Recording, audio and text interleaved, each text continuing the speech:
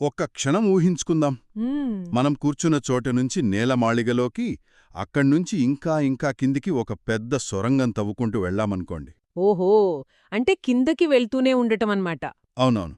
అవతల వైపు ఎక్కడో అమెరికాలోనో లేక అంటార్క్టికాలోనో బయటపడతామని చిన్నప్పుడు కార్టూన్లలో చూసి మురుచుకోయేవాళ్లం కదా. ఖచ్చితంగా. కాని వాస్తవానికలా జరగదు కదా. అస్సలు జరగదు. మనం నిజంగానే అలా కిందకు తవ్వుకుంటూ వెళ్తే సూర్యుడి ఉపరితలం ఎంత వేడిగా ఉంటుందో అంత వేడిగా ఉండే ప్రాంతానికి వెళ్తాం. అవును, భయంకరమైన పీడనంతో సలసల కాగే ద్రవరూప ఇనుప సముద్రంలో పడిపోతాం మనం. అదే కదా. మనం రోజూ నడిచే ఈ నేల ఎప్పటికీ కదలకుండా ఉండే ప్రాణంలేని రాతిగోళం కానే కాదు. అత్యంత ఉష్ణోగ్రతలతో నిరంతరం మరుగుతూ తనని తాను మార్చుకుంటూ ఉండే ఒక అద్భుతమైన కర్మాగారంపై తేలియాడుతున్న ఒక పల్చని తెప్ప మాత్రమే మన భూమి. సరే, దీని గురించి ఈరోజు మనం వివరంగా తెలుసుకుందాం. ఈ లోతైన విశ్లేషణ ప్రధాన ఉద్దేశమేంటంటే, రోజూ మన కాళ్ల కింద ఉన్న ఈ అదృశ్య ప్రపంచాన్ని బయటకు తీయడం. అంటే మనం ప్రతిరోజూ చూసే రాళ్ళు, అలాగే కట్టడాల వెనుక ఉన్న సుమారు 460 కోట్ల సంవత్సరాల చరిత్రను అర్థం చేసుకోవడం. కరెక్ట్. ఈ చరిత్రను తవ్వి తీయడమనేది ఒక అద్భుతమైన ప్రయాణమవుతుంది. నిజంగానే. మనం భూమి ఉపరితలం మీదే జీవిస్తున్నాం కాబట్టి అసలు భూమి లోపలేముంది అనే విషయం తరచుగా మర్చిపోతుంటాం కదా. అవును. పచ్చని చెట్లు, ఆ విశాలమైన మహాసముద్రాలు, ఎత్తైన పర్వతాలు చూసి భూమి అంతా ఇలాగే శాంతంగా ఉంటుందని భ్రమపడతాం. అదే ఇక్కడ అసలైన విషయం. దీన్ని ఒక బోరింగ్ సైన్స్ పాఠంలా కాకుండా లోపల ఏం జరుగుతుందో తెలుసుకుంటే మన చుట్టూ ఉన్న ప్రపంచాన్ని చూసే కోణమే మారిపోతోంది. అంటే మీ ఉద్దేశంలో భూమి అనేది ఒక స్థిరమైన రాయి కాదు, అదొక డైనామిక్ సిస్టమ్ అంటారా? 100%. భూమి లోపలేముంది అని ఆలోచించినప్పుడల్లా ఒక ఆసక్తిపరమైన పోలిక కనిపిస్తుంది మనకు. ఆ పోలికేంటంటే, మన దగ్గరున్న ఆధారాల ప్రకారం భూమి నిర్మాణం అచ్చమొక్క ఉల్లిపాయ పొరల్లాగా ఉంటుందని చెప్తారు కదా. అవును, ఉల్లిపాయ పొరలు అనగానే మనకి టక్కున అర్థమైపోతుంది. ఒకదాని లోపల మరొకటి చుట్టుకుని ఉండే పొరలు. ఇది వినడానికి భలే ఆసక్తిగా ఉంటుందసలు. ఖచ్చితమైన పోలిక అది. ఉల్లిపాయను కోసినప్పుడు పొరలు ఎలాగైతే కనిపిస్తాయో మన భూమి కూడా అలా వేర్వేరు కాన్సెంట్రిక్ లేయర్స్తో నిర్మితమై ఉంది. కాన్సెంట్రిక్ లేయర్స్ అంటే ఒకే కేంద్రం చుట్టూ ఉండే పొరలు అన్నమాట. అవునవును. అన్నింటికంటే పైపొరను, అంటే మనం నడిచే ఈ నేలను, ఇళ్లు కట్టుకునే భూమిని క్రస్ట్ లేదా భూపటలం అని పిలుస్తారు. ఓహో, క్రస్ట్ అంటారన్నమాట. అవును. ఇక్కడ అత్యంత ఆశ్చర్యకరమైన విషయం ఏమిటంటే, మిగిలిన పొరలతో పోలిస్తే ఇది అత్యంత పల్చని పొర. పలచని పొర అంటే ఎంత పల్చగా ఉంటుంది? భూమి చాలా పెద్దది కదా, ఆ దామాషాలో పల్చగా ఉంటుందా? సరిగ్గా అలాగే అర్థం చేసుకోవాలి. భూమి ఖండాల దగ్గర చూసుకుంటే దీని మందం సుమారు 35 కిలోమీటర్లుంటుంది. ఓకే, ఖండాల దగ్గర 35 కిలోమీటర్లు. మరి సముద్రాల దగ్గర? సముద్ర గర్భంలో అంటే మహాసముద్రాల అడుగున చూసుకుంటే కేవలం 5 కిలోమీటర్ల మందం మాత్రమే ఉంటుంది. అంటే సముద్రాల కింద చాలా పల్చగా ఉంటుందన్నమాట. అవును. భూమి మొత్తం ఘన పరిమాణంలో చూసుకుంటే ఈ క్రస్ట్ అనేది కేవలం ఒకే 1% మాత్రమే ఉంటుంది. ఒక్క నిమిషం ఆగండి. అంటే మనం చూస్తున్న ఈ భూమి పైపొర కేవలం ఒక యాపిల్ పండుపై తొక్క అంత పల్సనిదా? ఒక రకంగా చెప్పాలంటే అంతే. అయ్యా బాబోయ్, ఆ 1% మందమున్న పొరమీదనే మన ప్రపంచమంతా, ఆ మహాసముద్రాలు, ఎవరెస్ట్ లాంటి పర్వతాలు అన్నీ ఉన్నాయన్నమాట. ఖచ్చితంగా. మనం చూస్తున్నదంతా ఆ 1%లోనే. ఇది ఊహించుకుంటేనే బుర్ర పాడవుతోంది. మరి ఆ తొక్క కింద, అదేనండి ఆ క్రస్ట్ కింద ఏముంటుంది? క్రస్ట్ కింద ఉండే అత్యంత విశాలమైన పొరను మ్యాంటిల్ అంటారు. ఇది భూపటలం కింద నుంచి ఏకంగా 2900 కిలోమీటర్ల లోతు వరకు విస్తరించి ఉంటుంది. 2900 కిలోమీటర్ల? బాబోయ్, అది చాలా పెద్దది. అవును. భూమి మొత్తం ఘనపరిమాణంలో ఇది రమారమి 84% ఆక్రమించి ఉంటుంది. అంటే మన భూమిలో సింహభాగం ఈ మ్యాంటిల్దే. వావ్, 84%? మరి ఇక్కడ వాతావరణం ఎలా ఉంటుంది? ఇక్కడ పదార్థాలు విపరీతమైన వేడి వల్ల అచ్చం జెల్లీలాగా లేదా కరుగుతున్న ప్లాస్టిక్ లాగా నిరంతరం కదులుతూ ఉంటాయి. అంటే 84% భూమి ఒక రకమైన కరుగుతున్న రాతి సముద్రమన్నమాట. మరి ఈ క్రస్ట్ అంతా ఒకే రకమైన పదార్థాలతో తయారైందా? అంటే మీ ఉద్దేశం?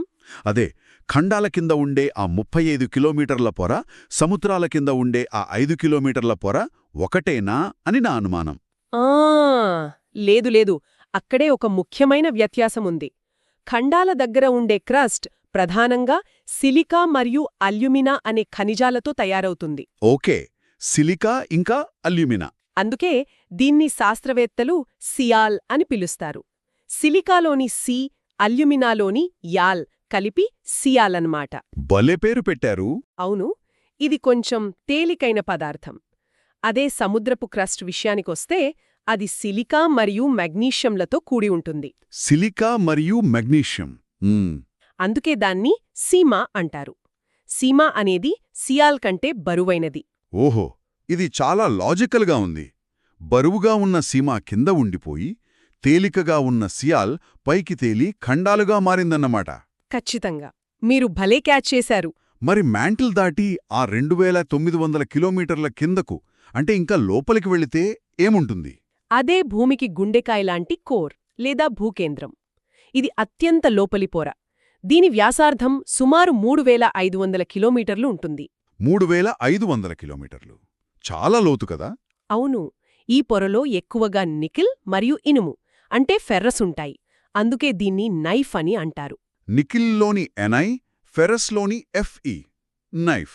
బాగుంది. మ్మ్. భూమి మొత్తం ఘనపరిమాణంలో ఈ కోర్ సుమారు 15% ఉంటుంది.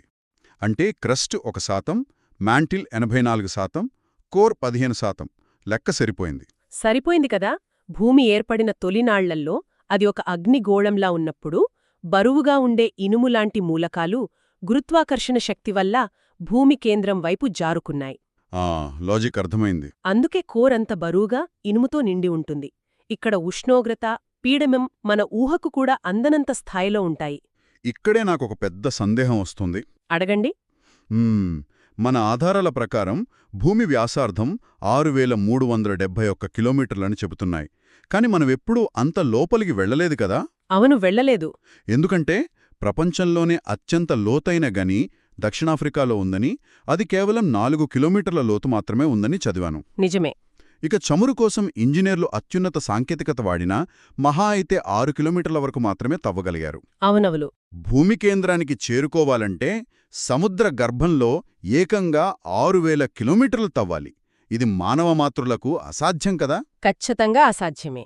మరి మనం అక్కడికి వెళ్లలేనప్పుడు లోపల ఇనుము ఉందని, అది సలసల కాగుతోందని మనకెలా తెలుసు? ఇక్కడ అత్యంత ఆసక్తికరమైన విషయమేమిటంటే, మనం నేరుగా అక్కడికి వెళ్లి కళ్ళారా చూడకపోయినా భూమి లోపల ఏం జరుగుతుందో తెలుసుకోవడానికి ప్రకృతి మనకు 2 ముఖ్యమైన మార్గాలను ఇచ్చింది. ఆ మార్గాలేంటి? మొదటిది అగ్నిపర్వతాలు. అగ్నిపర్వతం బద్దలైనప్పుడు బయటకు వచ్చే ఆ ఎర్రటి లావా ఎక్కడినుంచి వస్తోంది? భూమి అంతర్భాగం నుంచే కదా? అవును, లోపల్నుంచే వస్తోంది. ఆ లావాను అధ్యయనం చేయడం ద్వారా లోపల ఎంత వేడి ఉందో, ఏ పదార్థాలు కరిగిన స్థితిలో ఉన్నాయో మనం ఒక అంచనాకి రావచ్చు. సరే, లావా అనేది మ్యాంటిల్ పై పొరల్నుంచి వస్తుందనుకుందాం.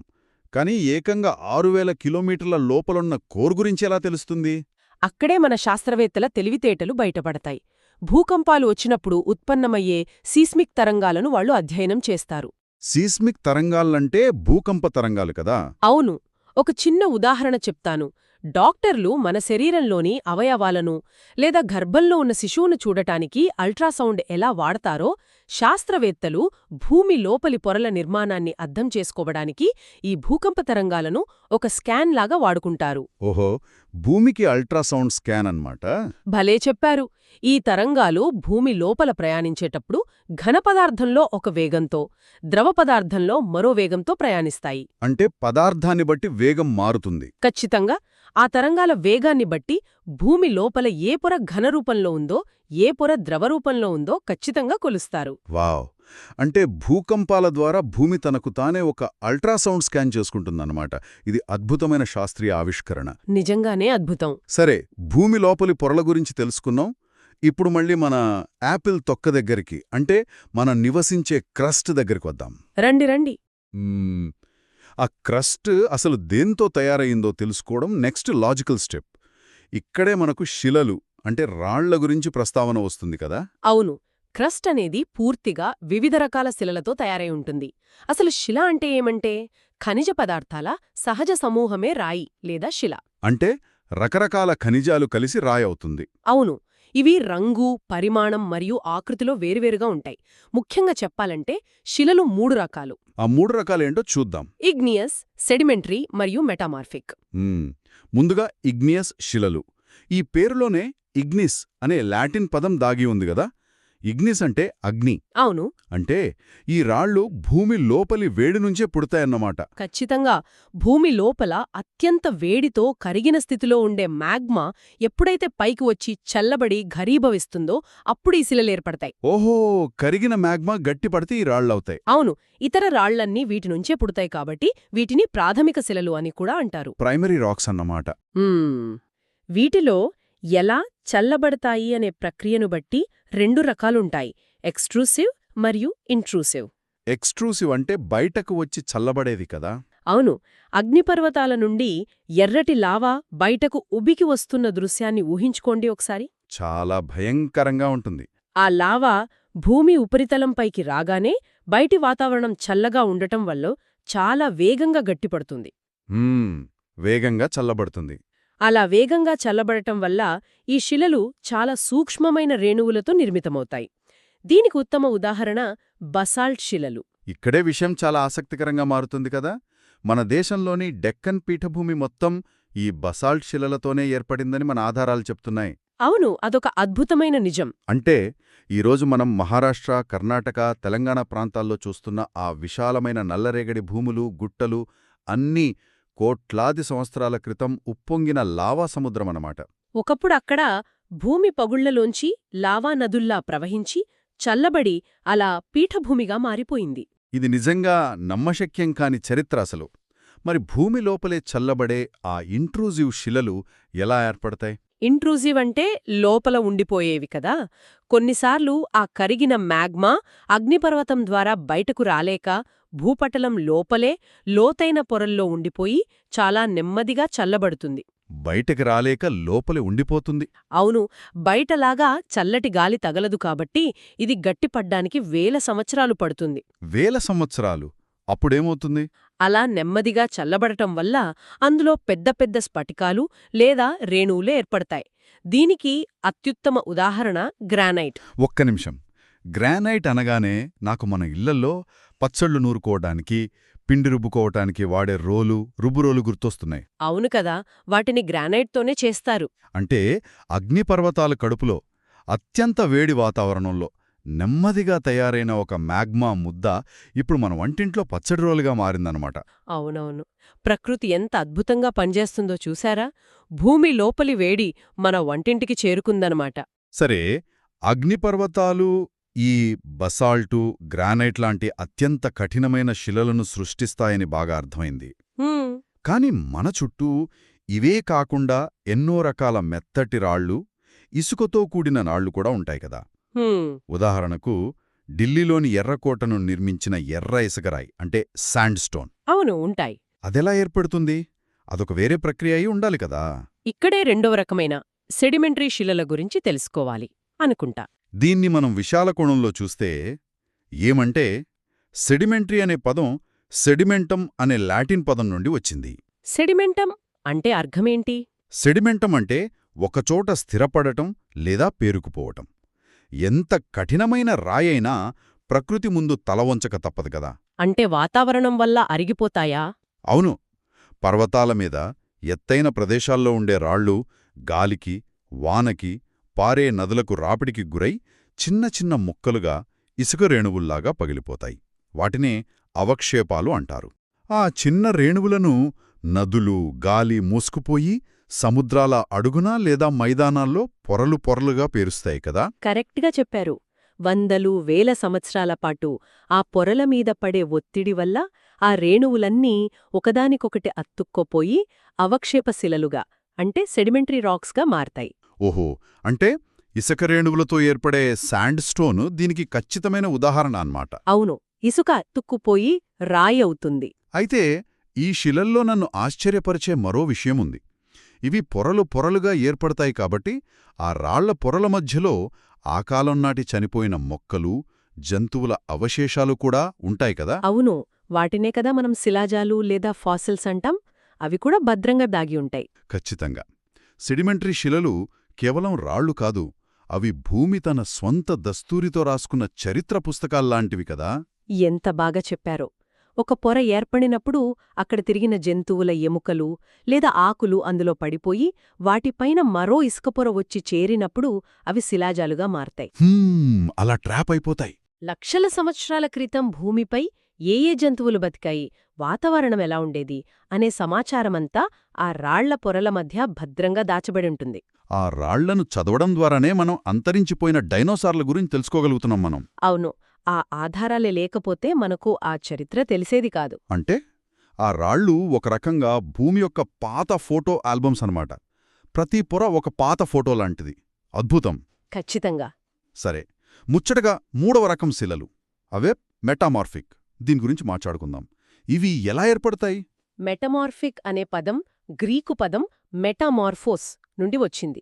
దీని అర్థమేమంటే రూపం మారడం. రూపం మారడం. ఎప్పుడైతే మనం ఇందాక మాట్లాడుకున్న అగ్నిశిలలు లేదా అవక్షేపశిలలు భూమి కదలికల వల్ల లోతైన పొరల్లోకి వెళ్ళిపోయి అక్కడ అత్యధిక ఉష్ణోగ్రత మరియు విపరీతమైన పీడనానికి గురవుతాయో అప్పుడేమవుతాయి? కరిగిపోతాయా? అదే ఇక్కడ మ్యాజిక్. అప్పుడు అవి కరిగిపోకుండానే వాటి భౌతిక, రసాయన లక్షణాలు, రూపం పూర్తిగా మారిపోయి కొత్త శిలలుగా ఏర్పడతాయి. ఓహో, కరగకుండానే మారిపోతాయి. అవును. ఉదాహరణకు నదుల్లో దొరికే సాధారణ మట్టి అంటే క్లే అత్యధిక ఒత్తిడి వల్ల పలకగా అంటే స్లేట్గా మారడం. స్లేట్ మనం చిన్నప్పుడు వాడుకున్నదే కదా? అవునవును. అలాగే సముద్రపు అడుగున ఉండే సున్నపురాయి వేడి, ఒత్తిడి వల్ల మార్బల్గా మారడం. మార్బుల్ అనగానే వెంటనే గుర్తుకొచ్చేది ప్రపంచ వింతల్లో ఒకటైన ఆగ్రాలోని తాజ్మహల్ కదా? అవును, తాజ్ మహల్ మార్బుల్తోనే కట్టారు. ఆ తెల్లని మార్బుల్ అద్భుతం. ఒకప్పుడు సముద్రపు అడుగున ఉన్న సాధారణ సున్నపురాయి అని, భూమిలోపలి వేడి, ఒత్తిడి వల్ల అలా మెరిసే మార్బుల్గా మారిందని తెలుసుకోవడం ఎంత విచిత్రంగా ఉందో కదా. భూమి దాన్ని బట్టిలో పెట్టి కాల్చి అద్భుతమైన మార్బుల్గా మార్చిందనమాట. అవును, అదొక నిరంతర ప్రకృతి ప్రయోగశాల లాంటిది. అయితే ఇక్కడ మనం ఒక ముఖ్యమైన విషయాన్ని అర్థం చేసుకోవాలి కదా. ఏంటది? ఈ రాళ్ళొకసారి ఏర్పడ్డాక ఎప్పటికీ అలాగే ఉండిపోవు. ప్రకృతిలో ఏది ఎప్పటికీ ఒకేలా ఉండదు కదా. అవును, మార్పు అనేది సహజం. ఒక రకమైన శిల వాతావరణ పరిస్థితుల వల్ల మరొక రకమైన శిలగా మారే ఒక చక్రీయ ప్రక్రియ భూమిలో నిరంతరం జరుగుతూనే ఉంటుంది. దీన్నే మనం శిలాచక్రం లేదా రాక్ సైకిల్ అంటాం గదా. అవునవును, రాక్ సైకిల్ అంటారు. శిలాచక్రం అంటే మనం చిన్నప్పుడు చదువుకున్న నీటి చక్రం అంటే వాటర్ సైకిల్ లాంటిదేనా? నీరు ఆవిరై మేఘాలుగా మారి మళ్ళీ వానగా పడినట్లు రాళ్లు కూడా తమ రూపాన్ని మార్చుకుంటాయా? ఇది అర్థం చేసుకోవడం చాలా సులువు. భూమి లోపలే మ్యాగ్మా పైకి వచ్చి చల్లబడి ముందుగా అగ్నిశిలలు ఏర్పడతాయి. ఓకే, ముందు అగ్నిశిలలు.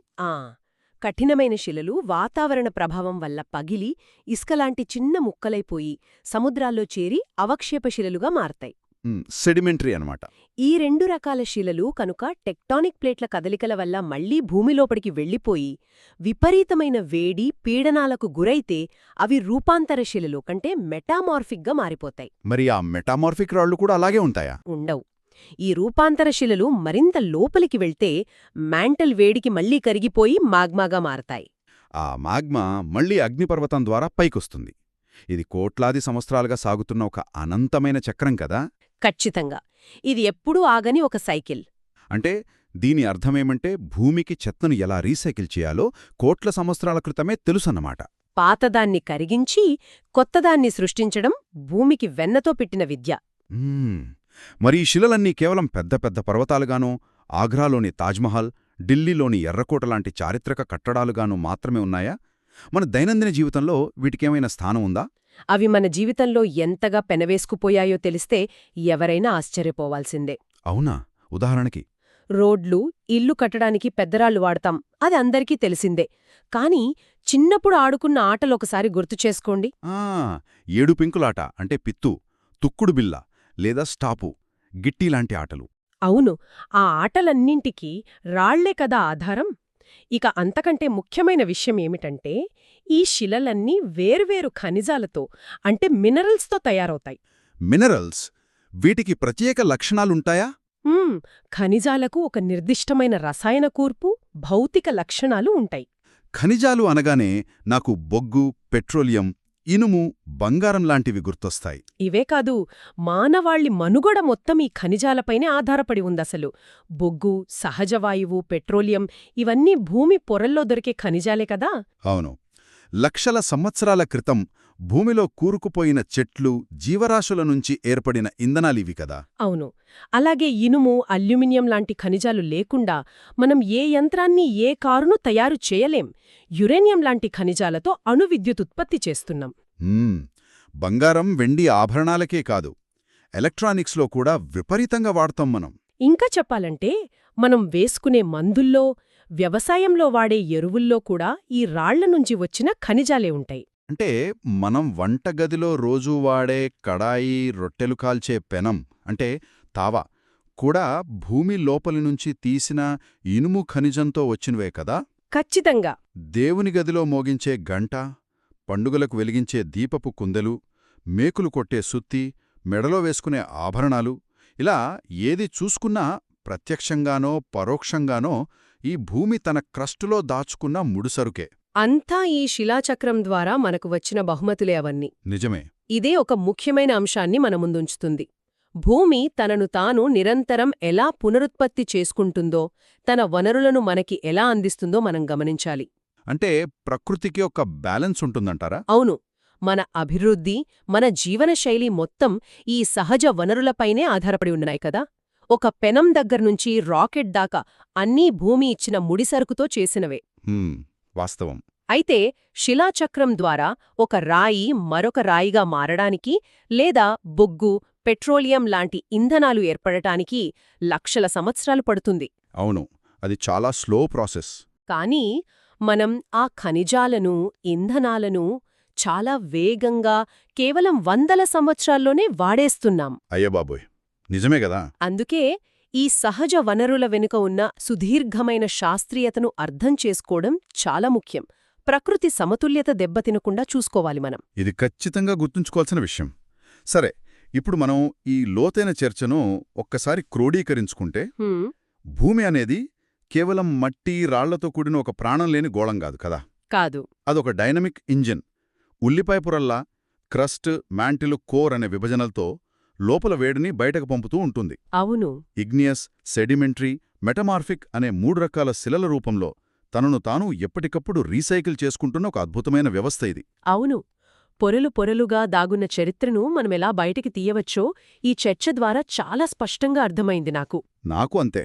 ఇకపై మన రోడ్డు మీద వెళ్తున్నప్పుడు పక్కన కనిపించే చిన్న రాయిని కూడా తక్కువ అంచనా వేయలేం కదా. ఎందుకంటే ఆ రాయి వెనుక బహుశా అగ్నిపర్వతపు లావా చరిత్ర ఉండొచ్చు. లేదా కోట్ల ఏళ్లనాటి ప్రాచీన సముద్రపు అడుగున ఉన్న ఇసుక చరిత్ర ఉండొచ్చు. అవును. భూమి లోపల తీవ్రమైన పీడనాన్ని తట్టుకున్న కథ ఉండొచ్చు. ఆ రాయి లక్షల సంవత్సరాల ప్రయాణం చేసి మన కళ్ల ముందు ప్రత్యక్షమైంది అని మనం తెలుసుకోవాలి. అక్షరాల నిజం. ఈసారి దారిలో ఏ రాయిని చూసినా దాని వెనుక ఉన్న ఆ సుదీర్ఘమైన, అద్భుతమైన ప్రయాణం ఖచ్చితంగా గుర్తుకొస్తుంది మనకి. మన కాళ్ల కింద ఉన్న నేలకు ఇంత చరిత్ర ఉందా అనిపించక మానదు కదా. ఖచ్చితంగా అనిపిస్తుంది. అయితే ఈ చర్చను ముగించే ముందు ఒక ఆసక్తికరమైన ప్రశ్న మనందరి మదిలో మెదులుతూనే ఉంటుంది.